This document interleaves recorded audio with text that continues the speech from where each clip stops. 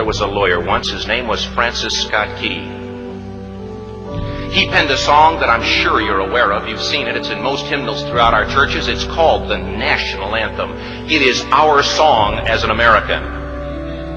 We go, however, to a ball game. We stand in our church services and we sing the words of that song, and they float over our minds and our lips, and we don't even realize what we're singing. Most of us have memorized it as a child, but we've never really thought about what it means. Let me tell you a story. Francis Scott Key was a lawyer in Baltimore. The colonies were engaged in vicious conflict with the mother country, Britain.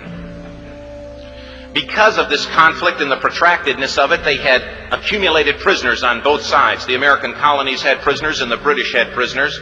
And the American government initiated a move. They went to the British and they said, let us negotiate for the release of these prisoners. They said, we want to send a man out to discuss this with you. They were holding the American prisoners in boats about 1,000 yards offshore. And they said, we want to send a man by the name of Francis Scott Key. He will come out and negotiate to see if we can make a mutual exchange. On the appointed day in a rowboat, he went out to this boat and he negotiated with the British officials. And they reached a conclusion that men could be exchanged on a one-for-one basis. Francis Scott Key, jubilant with the fact that he'd been successful, went down below in the boats, and what he found was a cargo hold full of humanity, men. And he said, men, I've got news for you tonight. You're free. He said, tonight I have negotiated successfully your return to the colonies. He said, you'll be taken out of this boat, out of this filth, out of your chains. As he went back up on board to arrange for their passage to the shore, the admiral came and he said, we have a slight problem. He said, we will still honor our commitment to release these men, but it'll be merely academic after tonight. It won't matter. And Francis Scott Key said, what do you mean? He said, well, Mr. Key, he said, tonight we have laid an ultimatum upon the colonies. Your people will either capitulate and lay down the colors of that flag that you think so much of, or you see that fort right over there, Fort Henry? He said, we're going to remove it from the face of the earth. He said, how are you going to do that? He said, if you will, scan the horizon of the sea. And as he looked, he could see hundreds of little dots. And he said, that's the entire British war fleet. He said, all of the gunpowder, all of the armament is being called upon to demolish that fort. It will be here within striking distance in a matter of about 2.5 hours. He said, the war is over. These men would be free anyway. He said, you can't shell that fort. He said, that's a large fort. He said, it's full of women and children. He says, it's predominantly not a military fort. He said, don't worry about it. They said, we've left them a way out. And he said, what's that? He said, do you see that flag way up on the rampart? He said, we have told them that if they will lower that flag, the shelling will stop immediately. And we'll know that they've surrendered, and you'll now be under British rule. Francis Scott Key went down below and told the men what was about to happen. And they said, how many ships? He said, hundreds. The ships got closer. Francis Scott Key went back up on top and he said, men, I'll shout down to you what's going on as we watch. As twilight began to fall, and as the haze hung over the ocean as it does at sunset, suddenly the British war fleet unleashed. He says the sound was deafening. There were so many guns that there were no reliefs. He said it was absolutely impossible to talk or hear. He said suddenly the sky, although dark, was suddenly lit. And he says from down below, all he could hear the men, the prisoners, saying was, tell us where the flag is. What have they done with the flag? Is the flag still flying over the rampart? Tell us. 1 hour, 2 hours, 3 hours into the shelling, every time the bomb would explode and it would be close to the flag, they could see the flag in the illuminated red glare of that bomb, and Francis Scott Key would report down to the men below, it's still up. It's not down. The admiral came and he said, "Your people are insane." He said, "What's the matter with them?" He said, "Don't they understand this is an impossible situation?" Francis Scott Key said he remembered what George Washington had said. He said, "The thing that sets the American Christian apart from all other people in the world is he will die on his feet before he'll live on his knees."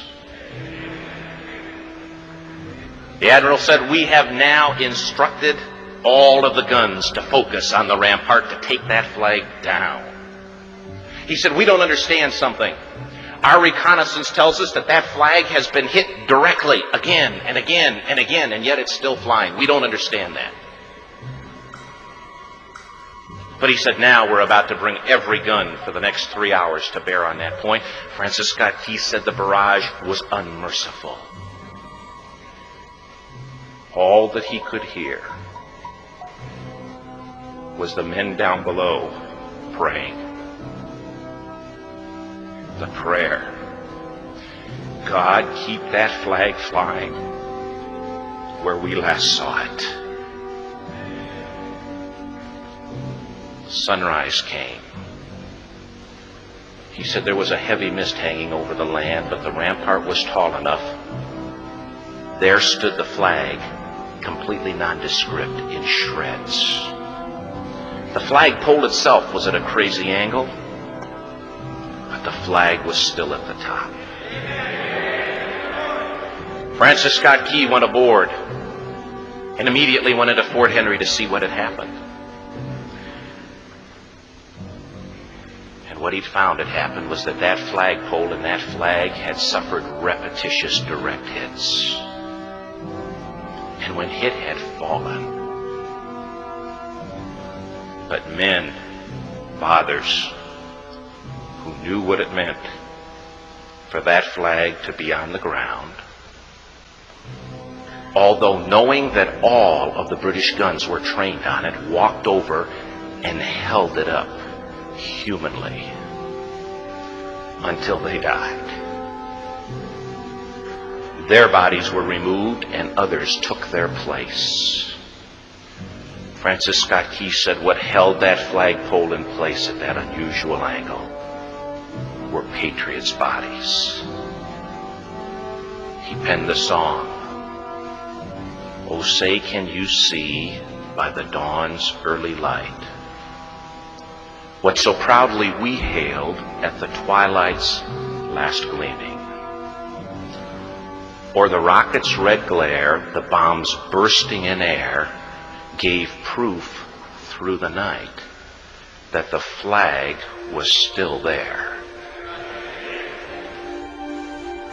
Oh, say, does that star-spangled banner yet fly and wave o'er the land of the free and the home of the brave?"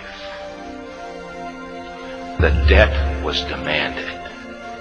The price, it was paid. Oh, say, can you see by the dawn's early light what so proudly we hailed at the twilight's last gleaming, whose broad stripes and bright stars through the perilous fight o'er the ramparts we watched were so gallantly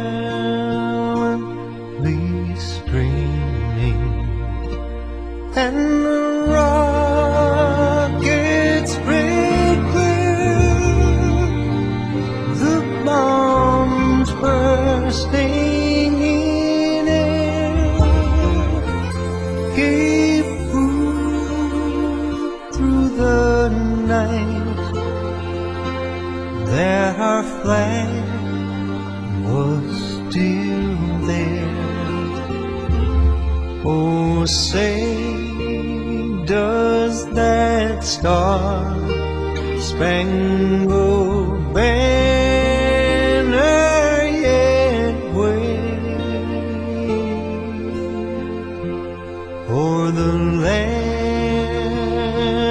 of the free and the home of the brave?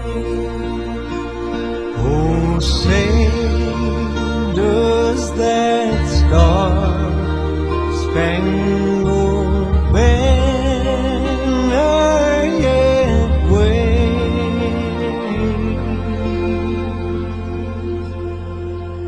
o'er the land